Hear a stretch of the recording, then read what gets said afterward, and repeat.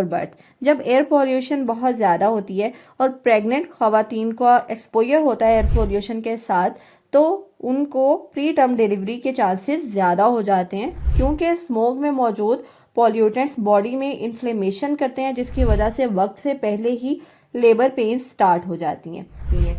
जैसे कि स्मोक की वजह से प्रेग्नेंट लेडीज को प्री क्लैम्शिया जैसा मसला हो सकता है, जिसमें अस्सलामुअलैकुम, welcome to my YouTube channel. This is me doctor Abeera Ali and I am a gynaecologist. आज आपके साथ बहुत इंपॉर्टेंट टॉपिक डिस्कस करने लगी हूँ। जैसे कि आपको पता है कि आजकल फिजा में स्मोक का लेवल बहुत ज्यादा है, जिसकी वजह से जहां आम लोग अफेक्ट हो रहे हैं, वहां पे प्रेग्नेंट खवातीन बहुत ज्यादा इफेक्ट हो रही हैं। और हमारी ओपीडी में बहुत सारी हामला खवातीन इस कंप्लेंट के साथ आ रही हैं कि उनको सांस के प्रॉब्लम हो रहे हैं, उनके थ्रॉट की इरिटेशन हो रही है और उनकी सांस की नाली में इरिटेशन हो रही है, जिसकी वजह से उन्हें सांस प्रॉपर तरीके से नहीं आ रहा। इसकी वजह है स्मोक में पॉल्यूटेंट्स होते हैं, जैसे कि पार्टिकुलेट मैटर होता है PM 2.5 और PM 10। इसके अलावा सल्फर डाइऑक्साइड, नाइट्रोजन ऑक्साइड और कार्बन मोनोऑक्साइड, जिससे सीरियस हेल्थ रिस्क हो सकते हैं, पर्टिकुलरली प्रेग्नेंट खवातीन को और उनके बेबीज को बहुत सारे प्रॉब्लम्स आ सकते हैं। तो आपने स्मोक से कैसे खुद को महफूज रखना है और स्मोक के प्रेग्नेंट लेडीज के ऊपर क्या इफेक्ट्स आ सकते हैं, इन सब के बारे में आज की वीडियो में डिटेल से बात होगी। अगर आप मेरे चैनल पर नए हैं तो चैनल को लाजमी सब्सक्राइब कीजिएगा, बेल आइकन को प्रेस कीजिएगा, ताकि ऐसी मजीद इंफॉर्मेटिव वीडियोस का नोटिफिकेशन आपको मिलता रहे। और इस वीडियो को एंड तक लाजमी देखिएगा।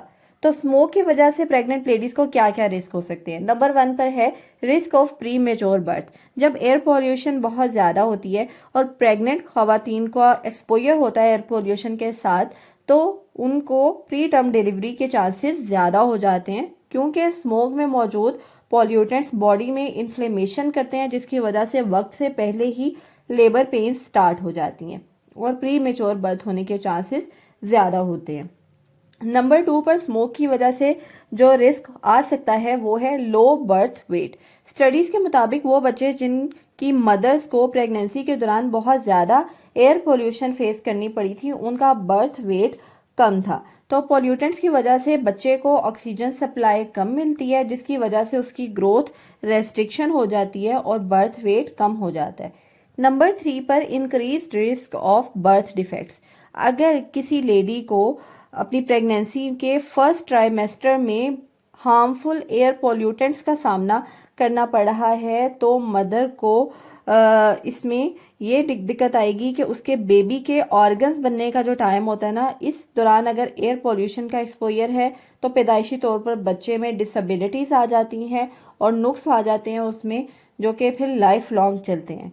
नंबर 4 पर है कि अगर किसी प्रेग्नेंट लेडी को एयर पोल्यूशन को फेस करना पड़ता है, तो इसकी वजह से बेबी के लंग्स और बेबी के ब्रेन की डेवलपमेंट प्रॉपर तरीके से नहीं हो सकती।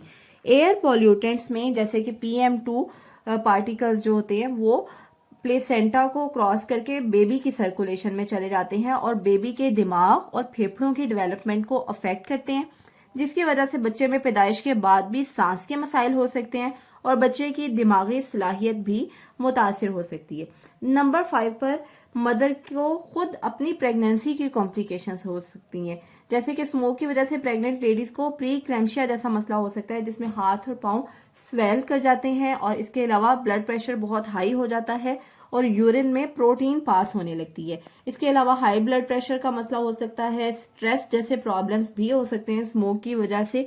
और अगर किसी लेडी को प्रेगनेंसी से पहले भी सांस का मसला था, जैसे एस्थमा का मसला था, तो वो स्मोक की वजह से और सीवियर हो सकता है और फीमेल्स की इम्यूनिटी कम हो सकती है स्मोक की वजह से और उनको मल्टीपल इन्फेक्शंस हो सकती हैं।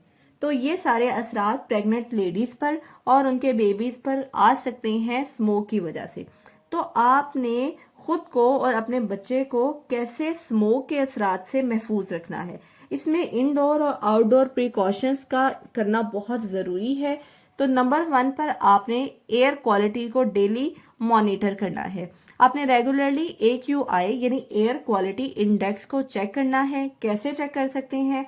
डिफरेंट एप्स के ऊपर और वेबसाइट्स के ऊपर AQI आ रहा होता है डेली का। आपने इसको मॉनिटर करना है, इससे आपको पता चलेगा कि आज कितनी एयर पोल्यूशन है फिजा में।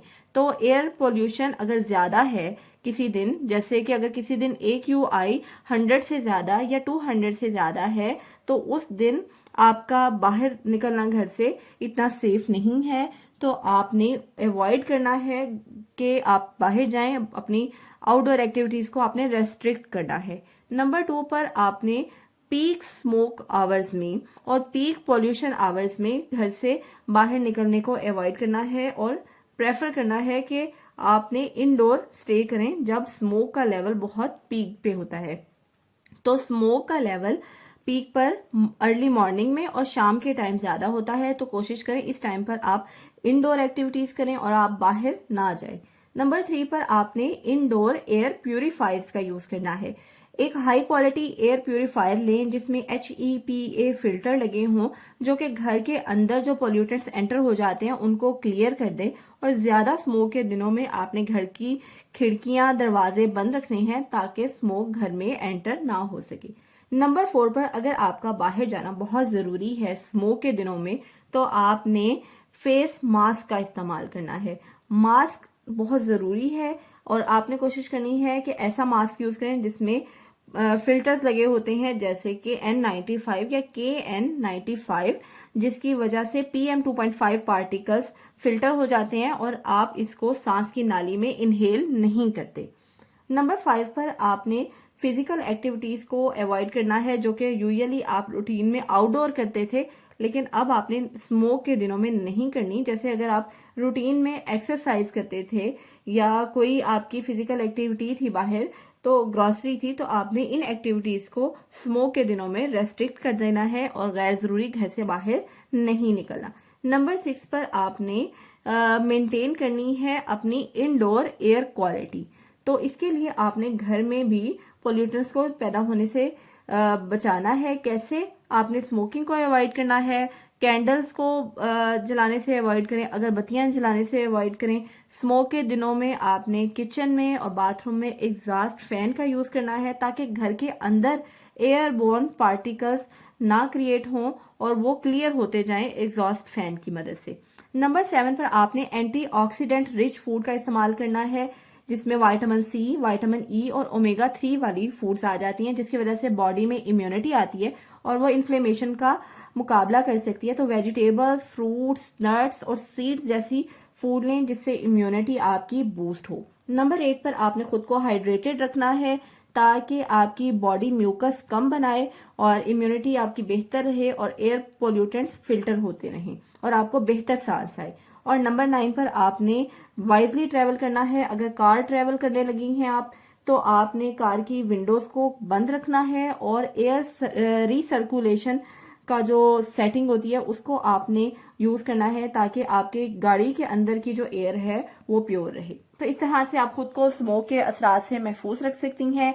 आई थिंक आपको मेरी ये आज की वीडियो इन्फॉर्मेटिव लगी होगी। वीडियो अगर आपको अच्छी लगी हो तो इसको लाइक कीजिएगा और दूसरी अपनी फ्रेंड्स के साथ, अपनी फैमिली के साथ जरूर शेयर कीजिएगा। और अगर आपके माइंड में कोई क्वेश्चन है या किसी भी गायनेकोलॉजिकल इशू पर आपको रहनुमाई चाहिए तो स्क्रीन पर दिए गए नंबर पर आप मेरे साथ कांटेक्ट कर सकती हैं। अपना बहुत सा ख्याल रखिएगा। अल्लाह हाफिज।